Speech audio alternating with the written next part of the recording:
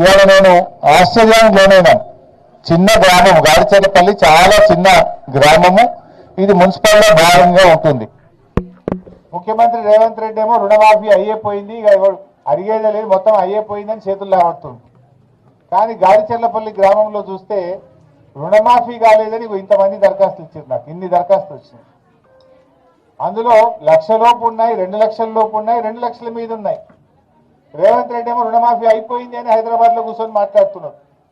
నేను డిమాండ్ చేస్తున్నా రేవంత్ రెడ్డిని, రుణమాఫీ అయిపోయిందని నువ్వు హైదరాబాద్ లో కూర్చొని మాట్లాడు కాదు, దమ్ముంటే రా నా సిద్దిపేటకు రా, ఈ గాడిచెర్లపల్లి గ్రామానికి రా, ఎంతమందికి రుణమాఫీ కాలేదో నేను చూపిస్తా. లేదు నీ సొంత ఊరు కొండారెడ్డిపల్లికి పోదామంటే కూడా పోదాం, అక్కడ కూడా కచీరికాడ కూర్చొని మాట్లాడదాం.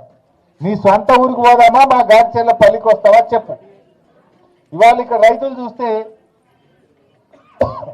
ఉదాహరణకు కాసుల రాజు 1,34,000 రూపాయలు అప్పు తీసుకున్నా, నాకు ఇంతవరకు రుణమాఫీ కాలేదని ప్రజాపాలనలో దరఖాస్తు ఇచ్చాడు.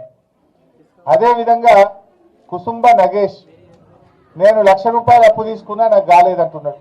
కుసుంబ రాజు 1,00,000 రూపాయలు, బాదన్న గారి పూజ 1,00,000 రూపాయలు, నరసింగరావు 47,000 రూపాయలు, ఏల్పుల రాములు 42,000 రూపాయలు. ఈ రకంగా వీళ్ళందరూ కూడా 1,00,000 లోపే ఉన్నారు. వీళ్ళకు కూడా ఈ రోజుకు రుణమాఫీ కాలేదని చెప్పి దరఖాస్తులు ఇస్తున్నారు. ఎం రాధా 1,30,000 తీసుకున్నా నాకు రుణమాఫీ కాలేదంటున్నారు.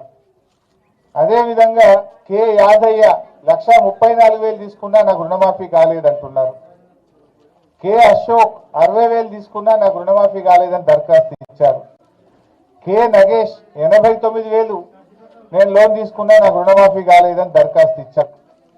ఇంకా ఆశ్చర్యం ఏంటంటే ఉడత బాలయ్య, ఈయనకు 1,60,000 అప్పు ఉన్నది. నీ అప్పు మాఫీ కావాలంటే మిత్తి కట్టన్నారట.